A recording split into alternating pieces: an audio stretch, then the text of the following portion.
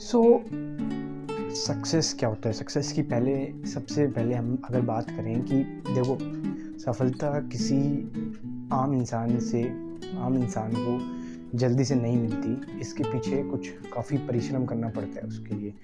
तो सबसे पहले हम देखते हैं कि हम किस चीज़ से पीछे रह जाते हैं, किस चीज़ में पीछे रह जाते हैं कि हम सक्सेस की तरफ जा नहीं पाते। देखो, अगर सफलता पानी है ना किसी चीज़ में, तो फाइनल पॉइंट को देखना छोड़ दो।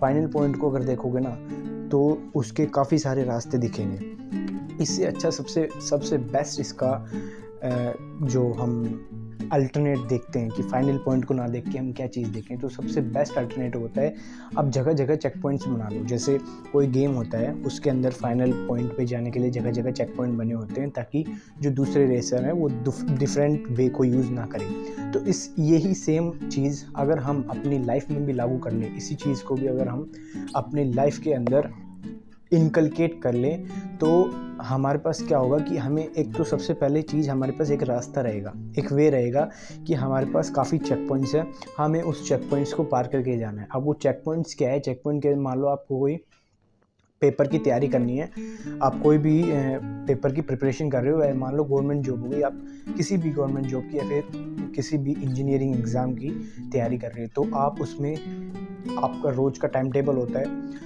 आप रोज़ का टाइम टेबल बनाते हो, उस चीज़ को आप हफ्ते भर के लिए इनकलकेट कर लो। ऐसे मान लो कि 1 साल की जर्नी रहती है, तो 52 हफ्ते होते हैं, तो यूँ मान लो आपके पास 52 चेक पॉइंट्स हैं। 52 चेक पॉइंट्स है, हर हफ्ते आपको एक चेक पॉइंट पार करना है। कहने का मतलब है कि हर हफ्ते आपको एक गोल जो आपने निश्चित किया है उस पेपर के लिए, उसको आपको क्लियर करना है। अब वो गोल कैसा हो सकता है कि अब इस तरीके से समझो कि जैसे मान लो मुझे नीट की तैयारी करनी है, नीट एग्ज़ाम, आईआईटी एग्ज़ाम या यूपीएससी एग्ज़ाम, कोई भी एग्ज़ाम ले लो फॉर इंडिया लेवल। अगर हम देखें, मैं सिर्फ एक एग्ज़ाम्पल के तौर पे बता रहा हूँ, मान लो हमने 52 चेक पॉइंट्स बना लिए। अब 52 चेक पॉइंट को एक एक चेक पॉइंट पे हमने क्लियर किया कि मान लो ये सिलेबस मुझे आज कवर करना है, इस हफ्ते में ये सिलेबस मुझे कवर कर देना है। अब आप उस चेक पॉइंट को पार नहीं कर पाते, मान लो हफ्ते में आपका चेक पॉइंट पार नहीं हुआ, तो आपको एक चेक पॉइंट के बदले 2 चेक पॉइंट बनाने पड़ेंगे। मेरे सिर्फ एक ही मतलब है कि 52 चेक पॉइंट आपने इनिशियली लिए, लेकिन अगर आपने पहला चेक पॉइंट या मान लो 10वां चेक पॉइंट आपसे कंप्लीट नहीं हुआ, तो आप उस 10वें चेक पॉइंट से 11वें चेक पॉइंट पे जब तक नहीं जाओगे जब तक आपके 2 और चेक पॉइंट नहीं लगेंगे, यानी आप 2 चेक पॉइंट पीछे जा चुके हो। अगर हम दूसरे तरीके से समझना चाहें, तो हम बाइक की रेस करते हैं, तो मान लो अगर हमने एक चेक पॉइंट क्लियर नहीं किया, तो हमें वापस घूम के आना पड़ता है पिछले चेक पॉइंट पे और वहाँ से दोबारा रीस्टार्ट करना पड़ता है अगले चेक पॉइंट को क्लियर करने के लिए। इतने में जो दूसरा रेसर है वो हमसे 2 चेक पॉइंट आगे निकल जाता है। तो ये हम उसी तरीके से समझेंगे कि अगर हमने एक चेक पॉइंट मिस किया, एक हफ्ते का हमने अगर गोल हमने मिस कर दिया, तो उसके लिए हमें 2 हफ्ते और देने पड़ेंगे उस गोल को कंप्लीट करने में। तो ये बात तो रही वे डिसाइड करने की। मान लो सक्सेस अगर हमें अचीव करनी है, फाइनल पॉइंट पे हमें पहुंचना है, तो सबसे पहली चीज़ होती है कि रास्ता कौन सा चुने।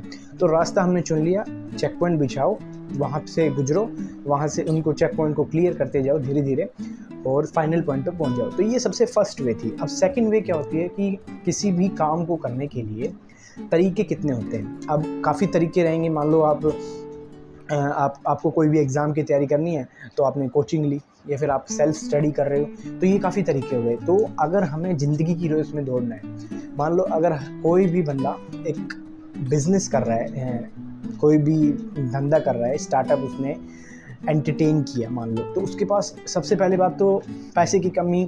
पैसे कहाँ से आएंगे उस स्टार्टअप को ग्रो करने के लिए? या फिर कुछ भी ले लो, आप शॉप ले लो, कुछ भी, एनीथिंग, उसने कुछ भी सेटअप किया, तो वो पैसे कहाँ से आएंगे? क्या हमें शुरुआत में ही हमारे साथ एक हेल्पर को भी रखना चाहिए?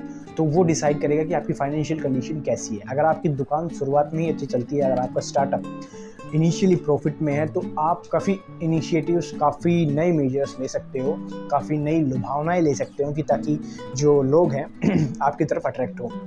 तो ये सबसे पहला वे होगा कि हमारी फाइनेंशियल कंडीशन अच्छी है।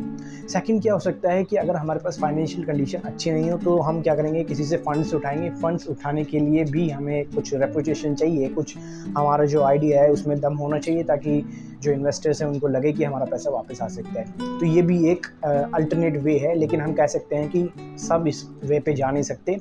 तो सब पे जो अगर हमें मैं सबकी बात करना चाहूँगा तो सक्सेस के लिए सिर्फ एक ही चीज़ डिटरमाइन करना चाहता हूँ कि अगर सफलता पानी है ना तो पहले तो वे को डिसाइड करो, दूसरा टाइम को डिसाइड करो और तीसरा डिसाइड करो कि मैं किस तरीके से वहाँ तक पहुँच सकता हूँ, किस तरीके से मैं वहाँ तक पहुँच सकता हूँ। देखो, अगर आप किसी भी चीज़ को पाना चाहते हो ना तो उसके लिए आपको सिर्फ 2 ही काम करने हैं। सबसे पहले तो उसका रास्ता देखो, मंजिल देखो, कहाँ जाना है वो आपको पता ही है। दूसरा चीज़ क्या है कि उस वहाँ तक पहुँचने के हमारे पास काफ़ी अल्टरनेट चीज़ें हैं, काफ़ी अल्टरनेट्स हैं हमारे पास, लेकिन हमें कौन सा रास्ता चुनना है वो हमें डिसाइड करना पड़ेगा। वो चेक पॉइंट वाली चीज़ें नहीं, इसमें क्या है, इसमें हम किस मीन्स से वहाँ पहुँच सकते हैं, किस तरीके से, क्या चीज़ हम ऐसा करें कि हम फाइनल पॉइंट पे पहुँच जाएं। तो ये काफ़ी चीज़ें हैं जो कि हमें अपनी लाइफ में इनकलकेट करनी पड़ेगी सक्सेस को पाने के लिए। तो देखो, सक्सेसफुल मैन कौन होता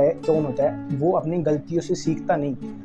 अगर गलतियों से सीखेगा नहीं ना तो सक्सेसफुल नहीं बन पाएगा। तो अनसक्सेसफुल मैन की यही कहानी है। अनसक्सेसफुल मैन, मैं क्या बोल रहा हूँ, अनसक्सेसफुल मैन की कहानी यही है कि वो गलतियों से सीखता नहीं, सक्सेसफुल मैन गलतियों से सीखता है। तो इस बात को आप हमेशा याद रखना कि कभी भी सक्सेस के पीछे मत भागना, क्योंकि एक दिन ऐसा आएगा कि सक्सेस को आप ढूंढ रहे होगे और वो काफ़ी दूर चला गया हुआ है। ऐसा ही हम समझ सकते हैं, आप जम्मू में खड़े हो और वो कन्याकुमारी पहुंच चुका होगा। तो ऐसा रखो कि सक्सेस को आपके पीछे भागने दो। आप कन्याकुमारी में खड़े हो, वो अभी तक तमिलनाडु या फिर उससे पीछे आंध्र प्रदेश में ही पहुंचा है, ताकि वो धीरे धीरे आपके पास आ रहा है। तो ये चीज़ें रखो कि सक्सेस से हमेशा एक कदम आगे रहो। उसको ये पता मत लगने दो कि हम उसके पीछे भाग रहे हैं। इसकी सिर्फ 2 ही कंडीशन हो सकती है, या तो आप जल्दबाजी कर रहे हो अपने काम में, और या फिर जो आप रास्ता चुन रहे हो वो उस तरफ नहीं जाता। यानी कहने का मतलब है, आपने कोई रास्ता चुना है, आप तमिलनाडु खड़े हो और आपको पहुंचना है रामेश्वरम, लेकिन आप आ रहे हो इस तरफ, नॉर्थ साइड में आ रहे हो, तो आपने रास्ता ही गलत चुना है, फिर आपको घूम के जाना पड़ेगा। तो ये उसी तरीके से हम समझ सकते हैं कि सक्सेस को अगर हमें अचीव करना है, सो टाइम कंजम्पशन और वे कंजम्पशन, इन दोनों का हमें दोनों तरीके से ध्यान रखना चाहिए। वे कौन सी हमें चूज़ करनी है और टाइम कितना लगना चाहिए, कब लगना चाहिए, किस चीज़ को कितना टाइम डिवोट करना चाहिए, वो चीज़ें हमें पता होना चाहिए। तो कुछ ये सक्सेस की तरफ मैंने जो एक्सपीरियंस किया है वो मैंने आपको शेयर किया है। तो अगर वीडियो अच्छी लगती है तो वीडियो को लाइक करो, चैनल को सब्सक्राइब करके रख लो। ये कुछ वीडियो मैंने अपने एक्सपीरियंस से बनाई है, तो कुछ वैल्यूएबल चीज़ें अगर आपको पता हो तो प्लीज़ कमेंट में बताना, मैं अपने आप को सुधार करूँगा। तब तक के लिए जय हिंद, जय भारत।